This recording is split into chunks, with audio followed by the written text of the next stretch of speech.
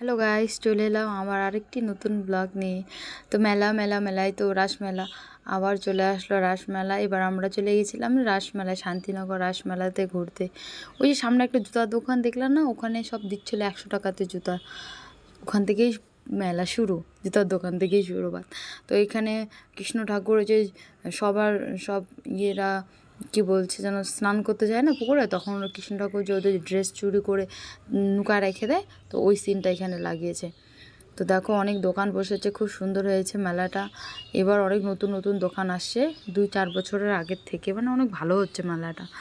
তো দেখো এখানে লটারির দোকান, শ্রীকৃষ্ণ লটারির দোকান, খাওয়ার দোকান। তো চলো তোমাদেরকে এগিয়ে আমরা দেখাচ্ছি।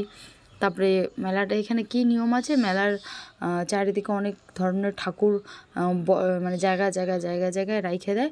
তো ওখানে আমরা অনেক এলাকা ঘুরে আর কি ঘুরে দেখতে হয় ঠাকুরগুলো। তো চলো তোমাদেরকে আমি একটা একটা করে ঠাকুর সব ঘুরিয়ে দেখাবো। আর আমার ভিডিওতে লাইক আর কমেন্ট করে দিও প্লিজ বন্ধুরা, আমাকে সাবস্ক্রাইব করে দিও আমার ভিডিওগুলো ভালো লাগলে। তো এই যে দেখো গ্রামে অনেক হেঁটে ঠাকুর দেখতে হয়। তো এটা একটা ঠাকুর রেখেছে, তো দেখতেই পাচ্ছ তোমরা, এটা কৃষ্ণ ঠাকুরের।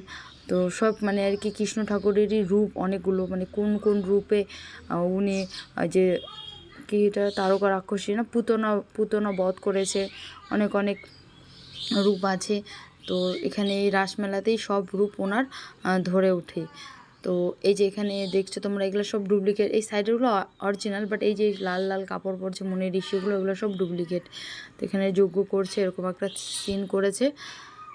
তো দেখো তোমরা মেলাটা দেখলে খুব ভালো লাগবে তোমাদের। আমাদের এখানে শান্তিনগর কলোনি নকশালবাড়িতে রাসমেলা।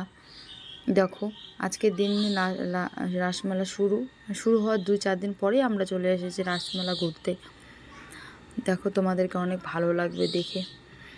রাত্রে অনেক ঠান্ডা কুয়াশা, আর আমরা ঘুরতে এসেছি মেলা।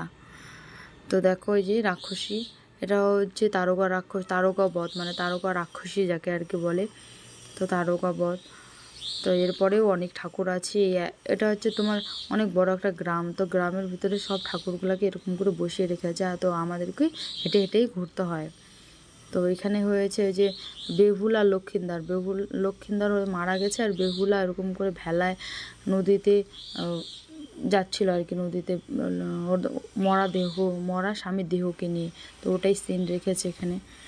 আর প্রতিমাগুলো বাতাসে থেকে নিয়ে এসছে, খুব সুন্দর হয়েছে প্রতিমাগুলো। এক একটা মূর্তি দেখো কি সুন্দর মিষ্টি মুখটা, খুব ভালো লাগলো আমার প্রতিমাগুলা। এবারের অন্য বাড়ির থেকে এবারের প্রতিমাগুলো খুব সুন্দর করেছে। তো দেখো ফাইনালি আমরা চলে এলাম মেন মেলাতে, মানে হচ্ছে তোমার এটা মেন ঠাকুর। এখানেই সব রকমের ঠাকুরকে বসিয়ে রেখেছে, তোমরা এক এক করে দেখতে পাবো। এটা হচ্ছে কংসবধ, মানে রাক্ষসকে বধ করেছে। এটা হচ্ছে ননীদেব গোপাল। তো তোমাদেরকে এক এক করে আমি সবগুলো ঠাকুরকে দেখিয়ে দিচ্ছি। তো এটা একটা স্কুল মাঠ, এই স্কুল মাঠের মধ্যেই সব ঠাকুরকে কি সুন্দর করে বসিয়ে রেখেছে। হচ্ছে রাম লক্ষ্মণ সীতার বনবাস, যখন রাম লক্ষ্মণ সীতা বনবাসে গিয়েছিল তখন। তারপরে এটা হচ্ছে বকাসুর বধ, এটা হচ্ছে বকাসুর বধ করেছে। তোমরা এদের কাহানিগুলো জানো, শ্রীকৃষ্ণর কাহানি সবাই জানে, কম বেশি সবাই জানে। এটা কালিয়া বধ, না জানার কেউ না। ইভেন যারা বাংলা বোঝে না, জানে না, তারা হিন্দিতেও এই কৃষ্ণ ঠাকুরের কাহানি সবাই জানো সব। তো দেখো এটা হচ্ছে তোমার 5 ভাই পাণ্ডব।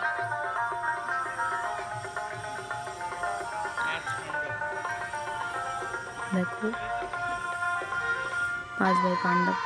তারপরে এটা হচ্ছে কি বলি না, ভিংসা। এটা হচ্ছে যখন হচ্ছে তোমার কৃষ্ণ ঠাকুরের জন্ম হওয়ার পরে যে কৃষ্ণ ঠাকুরকে মাথায় করে জেল থেকে করে নিয়ে আসে বাইরে, ওটার কাহানি সবাই জানোই। আমি এই জন্য এত ছোট শর্ট ভিডিওতে আমি এত কিছু বলতে পারবো না। এই কাহানিগুলো সবারই জানা আছে। কৃষ্ণ ঠাকুরের কাহানি জন্ম থেকে শুরু করে ওনার শেষ অবধি সবাই জানে সব কাহানি। তো দেখতে থাকো তোমরা শুধু।